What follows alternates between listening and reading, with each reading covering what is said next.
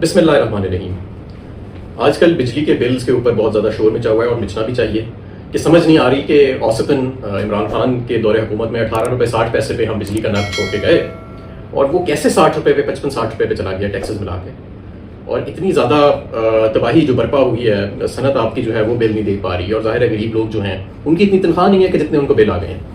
तो किस्म किस्म का फलसफा और किस्म किस्म की इसके ऊपर गुफ्तगू हो रही है कि ऐसा क्यों हुआ है। कोई कहता है ये IMF का सारा कसूर है, कोई कहता है कि ये ट्रांसमिशन लॉसेस बहुत ज़्यादा है, कोई कहता है कि ये सरकारी अफसरों को मुफ्त बिजली जाती है उसकी वजह से है। तो मैं आज आपको हकीकत बताना चाहता हूँ कि एक्चुअली इन तीनों वजूहात का बहुत कम रोल है बिजली की कीमत ऊपर जाने में। एक्चुअल हकीकत में वजह क्या है वो मैं आज आपको बताना चाहता हूँ। मेरी राय में ये मामला जो है ये शुरू तो जो पाकिस्तान की तबाही सेक्टर की तबाही है वो 1990 के या 1994 जब हमारी एक IPP पॉलिसी आई उस वक्त हुआ, लेकिन जो असली तबाही सही आई वो 2013 से मामला शुरू हुआ। उस वक्त 2013 में पाकिस्तान के जो 60 से 70% बिजली थी वो आपके लोकल वसाइल यानी कि जिसमें आबी वसाइल हैं या जो लोकल आपका रिसोर्स है उससे पैदा होती थी। लेकिन आज ऐसा नहीं है, आज आपकी 60 से 70% बिजली आपके इंपोर्टेड ईंधन से पैदा होती है। तो 2013 में ऐसा क्या हुआ कि सडनली ये सारा जो आपकी तबाही की बुनियाद है वो रखी गई। 2013 में मियां नवाज शरीफ साहब हुकूमत में आए और लोड शेडिंग खत्म करने की जल्दी थी, करनी चाहिए भी थी, उन्होंने उसका वादा किया हुआ था लोगों से। लेकिन जो रास्ता अपनाया गया उस पर बहुत ज्यादा सवाल भी उठे और वो आज की तबाही का बहुत बड़ा एक वजह है। वो रास्ता क्या था? सबसे पहले तो ये कि ये नहीं देखा गया कि आपका मुल्क जो है उसमें एक्सपोर्ट जो है या नवाज शरीफ साहब के दौर में तो बाकायदा नीचे जा रही थी। 2013-18 में फॉरेन एक्सचेंज का क्राइसिस हमें हमेशा रहता था। उससे पहले 18 दफा हम IMF के पास अपने फॉरेन एक्सचेंज यानी डॉलर कम होने की वजह से जा चुके थे। तो जल्दी जल्दी में इंपोर्टेड ईंधन यानी कि इंपोर्टेड कोयला और इंपोर्टेड LNG, इंपोर्टेड गैस, उसके ऊपर जल्दी जल्दी सौदे किए गए, महंगे मुआहदे किए गए बिजली घरों के। और वो मुआहदे भी ऐसे किए गए कि बिल्कुल उनके अंदर कोई ट्रांसपेरेंसी या शफाफियत नहीं थी। यानी कि ओपन बोली लगाई जाती है या कोई प्लानिंग की जाती है कि कौन सा फ्यूल इस्तेमाल होगा, मुल्क की आगे मुस्तकबिल में ग्रोथ की फोरकास्ट क्या है, मुस्तकबिल के अंदर हमारे पास फॉरेन एक्सचेंज के क्या रिजर्व्स होंगे या डॉलर्स होंगे, और हम अपनी एनर्जी सिक्योरिटी जो है, जिस तरह आपकी नेशनल सिक्योरिटी होती है उस तरह आपकी एनर्जी सिक्योरिटी भी बड़ी वाइटल है। आजकल तवानाई जो है वो शायद सबसे ज्यादा अहम बन चुकी है आजकल की मॉडर्न दुनिया के अंदर। तो इन चीजों को नहीं देखा गया।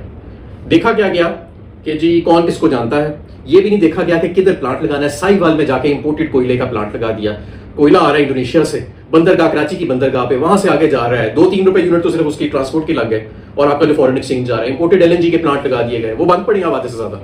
इंपोर्टेड कोयले के प्लांट 70% अब चल नहीं रहे आपके।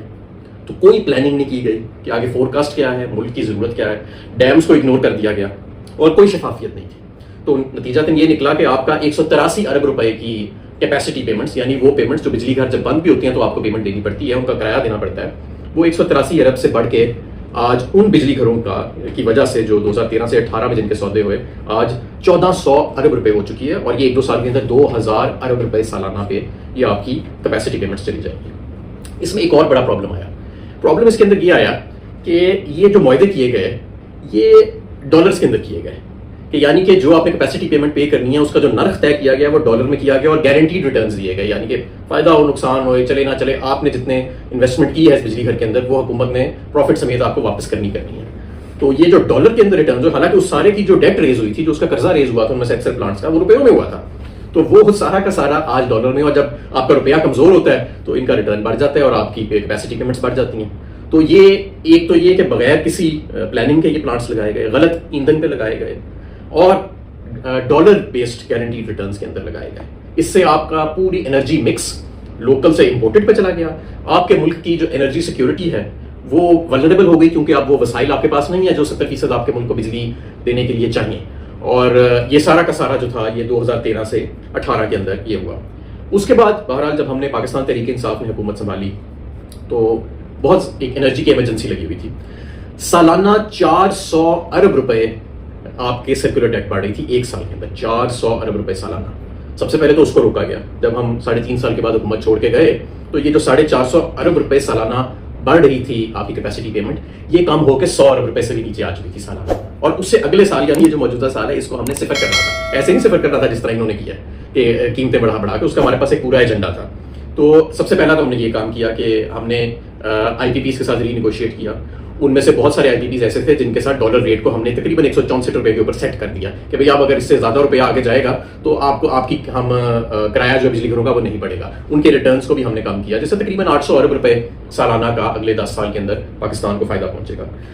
एक चीज जो हमने की जब मैं वजीर बिजली बना वो ये था कि हमने एक IGSEP, एक कंप्यूटर का प्रोग्राम होता है जिससे सारी दुनिया अपना बिजली की डिमांड और सप्लाई फोरकास्ट करती है, वो IGSEP का हमने पूरा मॉडल जो है वो इंप्लीमेंट कराया काउंसिल ऑफ कॉमन इंटरेस्ट से, यानी तमाम सूबों की रजामंदी लेके। वो क्या करता है, अब ऐसे नहीं हो सकता कि जी आप कोई भी हुक्मरान आए तो वो किसी अपने दोस्त को जानता है तो उसको डॉलर बेस्ड गारंटी रिटर्न्स के ऊपर बिजली घर लगा देगा और किकबैक ले लेगा। अब ये नहीं हो सकता IGSEP के बाद।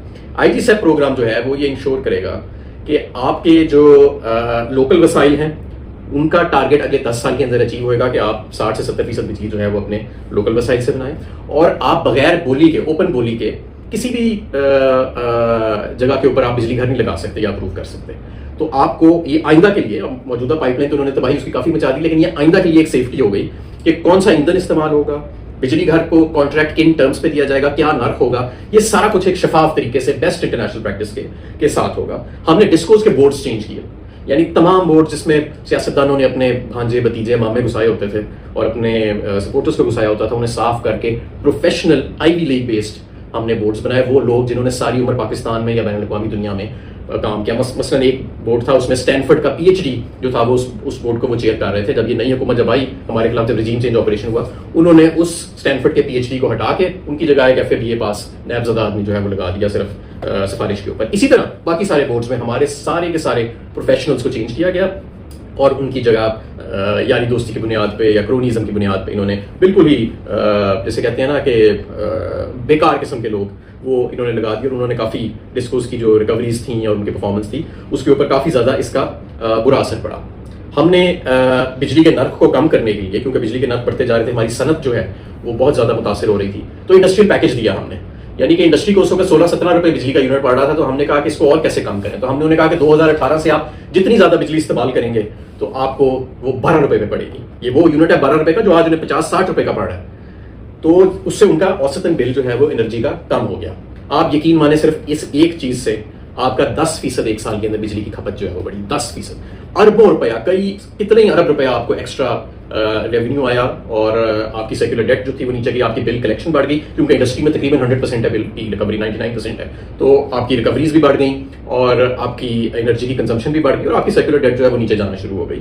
इसके अलावा और बहुत सारे मंसूबे थे। हमने जो पुराने बिजली घर पड़े थे उनको बंद किया, जिनके बिला वजह तनख्वाहें जा रही थी, लोगों के पास ट्रांसमिशन लॉसेस को कम किया, रिकवरीज को हमने इंप्रूव किया, ये सारी चीजें चल रही थी। और आप यकीन करें कि अक्टूबर 2021 के अंदर मेरे दफ्तर में जब मैं वजीर तवानाई था तो IMF का वफद आया उस टाइम पे रिव्यू को के लिए, नेगोशिएट करने के लिए और हमारी परफॉर्मेंस देखने के लिए। तो वो मीटिंग 5 मिनट के अंदर खत्म हुई, क्योंकि पावर सेक्टर ने तमाम बेंचमार्क्स जो IMF ने सेट किए थे उन पे ओवर परफॉर्म किया था। और बाकायदा उस वक्त जो उनके हेड थे IMF के डेलीगेशन, उन्होंने कहा था कि काश जिस तरह पावर सेक्टर ने परफॉर्म किया पिछले 1 साल में, उसी तरह अगर बाकी सारे भी शोबे परफॉर्म करें तो ये सब चीज़ जो है, ये हर चीज़ जो है वो बेहतरीन की तरफ चली जाएगी। तो ये पावर सेक्टर की जबरदस्त परफॉर्मेंस जो थी वो उस वक्त जारी थी, और हमारी औसतन जब हम छोड़ के गए तो मैंने आपको बताया 18 रुपए 60 पैसे सनत का और रेजिडेंशियल का टैरिफ मिला के और कमर्शियल मिला के औसतन 18 रुपए 60 पैसे जो था वो बिजली का एक यूनिट था। सनत को जो एक्स्ट्रा बिजली वो इस्तेमाल करते थे 2018 से ज्यादा जो वो कर रहे थे बड़ी तादाद में, वो 12 रुपए का पड़ता था। और यही यूनिट आज जो है वो तकरीबन 50 से 60 रुपए का पड़ रहा है, और लोग जो है वो आपकी बिल्स की रिकवरी नीचे चली गई है, क्योंकि लोग दे नहीं सक रहे, चोरी भी बढ़ गई है, बिल्स की रिकवरी नीचे चली गई है, और आपके सामने है कि आपकी जो सनत है वो और आम आवाम, गरीब आवाम जो है वो बिजली के बिलों के तले जो है वो दबती जा रही है। अब इस सारी सूरत हाल के अंदर अगर आप नोट करें तो बहुत ज्यादा बुरा भला कहा जाता है जी IMF ने कर दिया ट्रांसमिशन। देखिए मेरी बात सुने, IMF क्या कहता है? IMF ये कहता है कि आप जिस रेट पे बिजली बना रहे हैं, खरीद रहे हैं, और जिस रेट पे आप सेल कर रहे हैं उसको तकरीबन बराबर करें। अगर आप 1 या 2 रुपए का भी इसमें फर्क होगा तो आपको 100-200 अरब रुपए का साल का नुकसान होगा, और यही वजह के गर्दिशी कर्जे जो है वो जनरेट होती हैं। तो लेकिन अब ये जो प्रॉब्लम आया है वो इस वजह से नहीं आया कि IMF कह रहा है कि जी आप अपने गर्दिशी कर्जे कम करें और ये खसारा कम करें पावर सेक्टर में। प्रॉब्लम इस वजह से आया है कि 2013 में मियां नवाज शरीफ की हुकूमत में, नून लीग की हुकूमत में, बगैर प्लानिंग के आपने पाकिस्तान का एनर्जी मिक्स चेंज कर दिया, और आपने बिना सोचे समझे इंपोर्टेड ईंधन के ऊपर महंगे मुआहदे किए जिनकी शफाफियत के ऊपर बहुत ज्यादा सवाल उठाए जा रहे हैं और शुरू से उठाए जा रहे हैं। ये बुनियाद है जिसकी वजह से आज आपका पावर सेक्टर जो है वो तबाही के दहाने पे खड़ा है, और इसको भी हम कंट्रोल कर चुके थे। जब पीटीआई छोड़ के गई है आपका 100 अरब से कम बहाव हो चुका था सर्कुलर डेट का। बहाव से मतलब ये उसके अंदर इजाफा 400 अरब से हम 100 अरब पे ले आए थे। हालांकि हमारे 3.5 साल के अंदर नून लीग के लगाए गए बिजली घरों की कैपेसिटी पेमेंट्स दुगनी हो चुकी थी, 400 अरब से 800 अरब पे जा चुकी थी।